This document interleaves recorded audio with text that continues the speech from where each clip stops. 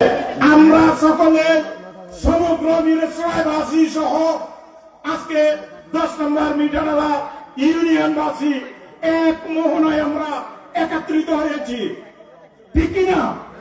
আগামী 12 তারিখ নির্বাচনে দানের শীষে ভোট দিয়ে আমাদের প্রার্থীকে জয়যুক্ত করার জন্য জননেতা জনাব নুরুল আমিন চেয়ারম্যানকে 12 তারিখ নির্বাচনে দানের শীষে ভোট দেওয়া মানে আমাদের নেত্রী মরহুমা, যিনি আমাদের মাঝ থেকে গত কিছুদিন আগে বিদায় নিয়েছেন, মরহুমা দেশনেত্রী বেগম খালেদা জিয়াকে ভোট দেওয়া, মরহুম শহীদ প্রেসিডেন্ট জিয়াউর রহমানকে ভোট দেওয়া, জননেতা জনাব নুরুল আমিন চেয়ারম্যানকে ভোট দেওয়া মানে আমাদের নেতা তারেক রহমানকে ভোট দেওয়া, ঠিক কিনা?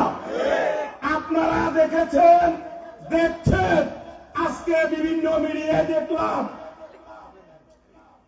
জালকাঠিতে জামাতের একজন প্রার্থী বলেছেন যারা অতীতে ইবাদত করতে পারেন নাই, অতীতে যারা ইবাদত করতে পারেন নাই, বিড়িতে একটা সুখ টান দিয়ে দাড়িপাল্লায় ভোট চাইলে নাকি অতীতের সকল গুনাহ মাফ হয়ে যাবে। নাউজুবিল্লাহ, এটা কি সম্ভব কোনোভাবে? তাহলে দেখেন, ভোটের জন্য আজকে তারা বিভিন্ন ভাবে আমাদের এলাকার সহজ সরল মা বোনদেরকে, এলাকার জনগণকে বিভিন্ন ভাবে বিভ্রান্ত করছেন। আমাদের এই এলাকায় একজন দানের শীষের একজন দাড়িপাল্লার প্রার্থী আছেন, ঠিক না? বিভিন্ন সময় বিভিন্ন ভাবে আমাদের কাছে, আপনাদের কাছে, মা বোনদের কাছে দাড়িপাল্লায় ভোটের জন্য যাবেন, যাওয়াটা উনার গণতান্ত্রিক অধিকার, চাইতেই পারেন, ঠিক না?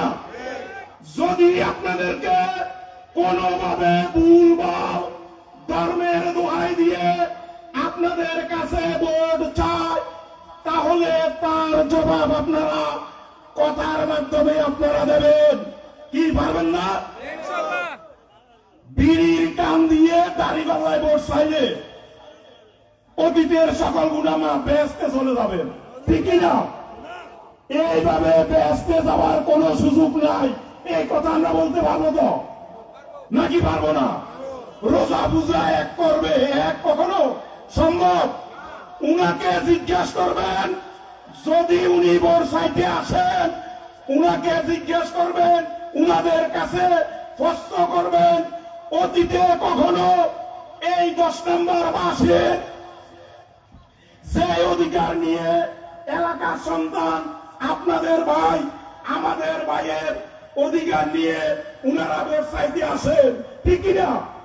উনাদেরকে জিজ্ঞাসা করবেন, অতীতে কখনো বিগত সময়ে আপনাদের সুখে দুঃখে উনাকে কখনো 10 নম্বর মাসি পেয়েছেন? আপনারা কখনো দেখেছেন? কারো খানা মেজবান হয়াত মত আপদে বিপদে কেউ দেখেছেন? পেয়েছেন? বলেন, পাইলে বলেন, আপনারা পেয়েছেন? পান নাই। জননেতা জনাব নুরুল আমিন চেয়ারম্যান সাহেবকে 10 নম্বর বাসী নয়, মিরসরাইবাসী সকল সময় পেয়েছেন, ঠিক না? বিগত সময়ের সকল আন্দোলন সংগ্রামে সফল নেতৃত্ব, ঠিক না? আজকে ফ্যাসিস্ট পতনের পরে অনেকে অনেক দাবি নিয়ে আসেন, এই ফ্যাসিস্ট আন্দোলনের সকল দাবিদারও বলে নিজেদেরকে মনে করেন, ঠিক না? তাদের কোন নেতা কর্মী কয়েকজন বিগত সময়ের আন্দোলন সংগ্রামে রাজপথে দেখা গেছে? দেখা যায় নাই। এই আন্দোলন দেশনেত্রী বেগম খালেদা জিয়ার নেতৃত্বে, তারেক রহমানের নেতৃত্বে বিগত 17 বছর, এই আগামী 12 ফেব্রুয়ারির যে নির্বাচন, এই নির্বাচনে ভোট দেওয়ার জন্য বিগত 17 বছর জাতীয়তাবাদী দল দেশের জনাব তারেক রহমানের নেতৃত্বে খালেদা জিয়ার নেতৃত্বে আন্দোলন করেছে।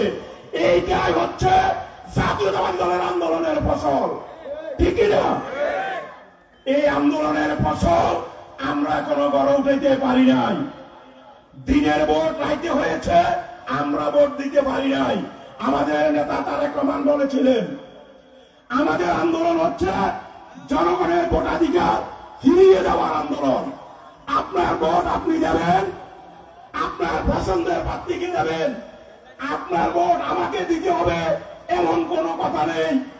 আপনার ভোটের অধিকারের জন্য আন্দোলন করার জন্য আমাদেরকে সহযোগিতা করেন, ঠিক না? বলেন নাই?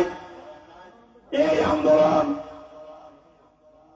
আন্দোলনের মধ্য দিয়ে খুনি বেশি সরাসরি শেখ হাসিনা পতন হয়েছে। আমরা এখনো আমাদের ভোটের অধিকার এখনো পূর্ণাঙ্গভাবে আমরা এখনো আদায় করতে পারি না, পেরেছি। আগামী 12 তারিখ সেই অধিকার আদায়ের সময় এসেছে। সেই নির্বাচন 12 তারিখের সেই নির্বাচনে সকলকে ঐক্যবদ্ধ হয়ে আমাদের প্রিয় নেতা জননেতা জনাব নুরুল আমিন সাহেবকে চেয়ারম্যান আর বলবো না, আর বলা যাবে, যেহেতু উনি দানের শীষের প্রার্থী, জননেতা জনাব নুরুল আমিন সাহেবকে দানের শীষ মার্কা ভোট দিয়ে জয়যুক্ত করার উদাত্ত আহ্বান জানাচ্ছি। আমরা অতীতের সকল ভেদাভেদ, সকল মত পার্থক্য, সকল কিছু ভুলে গিয়ে ঐক্যবদ্ধভাবে কাজ করার জন্য উদাত্ত আহ্বান জানিয়ে আমি আমার বক্তব্য শেষ করছি। খোদা হাফেজ। বাংলাদেশ জিন্দাবাদ, বাংলাদেশ জাতীয়তাবাদী দল জিন্দাবাদ। শহীদ প্রেসিডেন্ট জিয়াউর রহমান অমর, আমাদের প্রাণপ্রিয় নেত্রী